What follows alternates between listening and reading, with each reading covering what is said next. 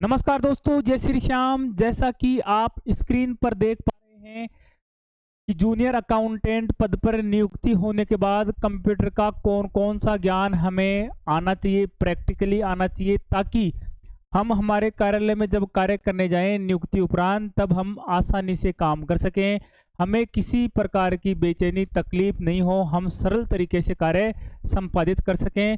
तो पहले तो दोस्तों मैं आपको बता दूं, जूनियर अकाउंटेंट की पोस्ट एक गरिमामयी पोस्ट है। उसके पास कंप्यूटर संबंधी ऐसे कोई ज़्यादा काम नहीं होते हैं। साथ ही आपके काम आपकी सहायता करने के लिए एक ऑपरेटर लगभग हर कार्यालय में आपको मिल जाता है। साथ ही जो लेटर टाइप करना और विभिन्न प्रकार के कंप्यूटर कार्य करने के लिए कार्यालयों में मंत्रालय कर्मचारी सूचना सहायक आदि होते हैं जो उन कार्यों में क्या होते हैं, दक्ष भी होते हैं। लेकिन फिर भी अगर आप एक जूनियर अकाउंटेंट के रूप में जा रहे हैं, वर्तमान समय सूचना और प्रौद्योगिकी का है, इंफॉर्मेशन एंड टेक्नोलॉजी का है, तो ऐसे में आपको कुछ ज्ञान ऐसे होने चाहिए ताकि आप कम से कम किसी पे आश्रित नहीं बने, विकलांग नहीं बने, आप अपना काम खुद करने की स्थिति में रहें। बाकी करवाना हमें दूसरों से ही है, लेकिन ऐसी स्थिति में हम रहें। तो बच्चों की कुछ क्वेरी हैं। विकास जी बोल रहे थे कि जय श्री श्याम सर, मुझे अनुकंपा पर जूनियर अकाउंटेंट जॉब मिल रही है, तो कंप्यूटर का ज्ञान कितना होना चाहिए प्लीज़ बता दो। जैसे वर्ड का काम अभी थोड़ा टाइम है तो सीख लेंगे, मतलब ज्वाइनिंग से पहले सीख लेंगे ताकि हमें ज्वाइनिंग के बाद में कार्य करने में किसी प्रकार की अड़चन दिक्कत नहीं आए। ठीक है।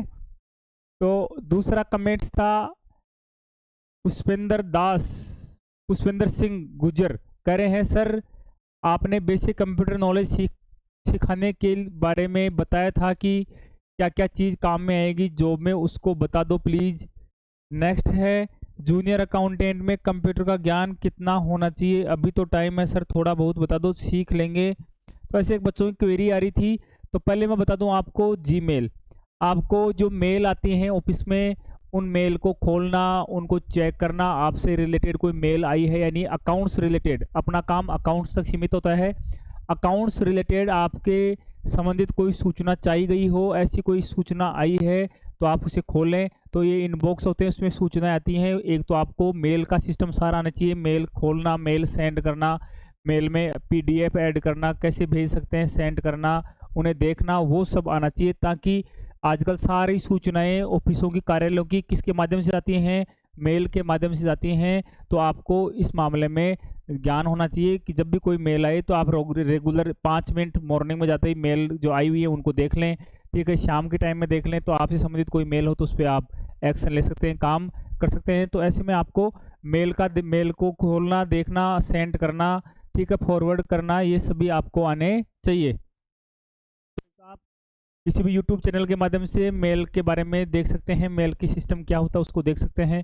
दूसरा है दोस्तों, हमारा काम अकाउंट्स का होता है। अकाउंट्स में कैलकुलेशन होती है, कई प्रकार की सूचनाएं आती हैं, उसमें लेन देन की राशि जोड़नी होती है, विभिन्न प्रकार के डाटा जोड़ने होते हैं, साथ ही कई प्रकार के फॉर्मूले लगाकर हमें काम करना होता है। तो मुख्यतः साधारण फॉर्मूले ही हमारे मुख्य रूप से काम आते हैं।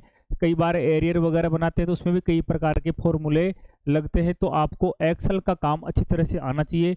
एक्सेल में कई प्रकार के फॉर्मूले लगते हैं, तो फॉर्मूले भी आपको बेसिक फॉर्मूले कम से कम आने चाहिए। साथ ही इसकी एडिटिंग आनी चाहिए, इसमें राइट करते हैं वो करना आना चाहिए, कॉलम बनाना, इसमें टेबल बनाना, सीट बनाना, सूचना बनाने के लिए कई प्रकार की चीज़ें होती हैं। वो आपको मतलब बेसिक नॉलेज अगर आपका इसका सीख के आ जाओगे तो आप जैसे कार्यालय में आते हो तो कुछ कुछ वहाँ आपको सीखने को मिल जाएगा। ठीक है, इसका पेज लेआउट करना है, इसकी प्रिंट सेटअप करना है, वो सब आपको वहाँ पे आना चाहिए ताकि आप कभी भी कोई प्रिंट निकालना है तो आपको उसको सेट करा और आप उसको मार्जिन सेट करा और उसको आप निकाल सको। तो ऐसी चीज़ें आपको हल्की फुल्की आनी चाहिए। तो एक दो वीडियो आप एक्सेल के बारे में देख सकते हैं कि एक्सेल क्या है, क्या काम आता है और इसके माध्यम से कैसे हम काम कर सकते हैं। और वैसे बाद में जैसे ही आप ज्वाइनिंग कर लेते हो तो कई प्रकार की चीज़ें हम क्या लगातार अनुभव में आती हैं, लगातार करते हैं तो हमारे अपने आप ही टच में आ जाती है, कोई दिक्कत फिर नहीं आती है।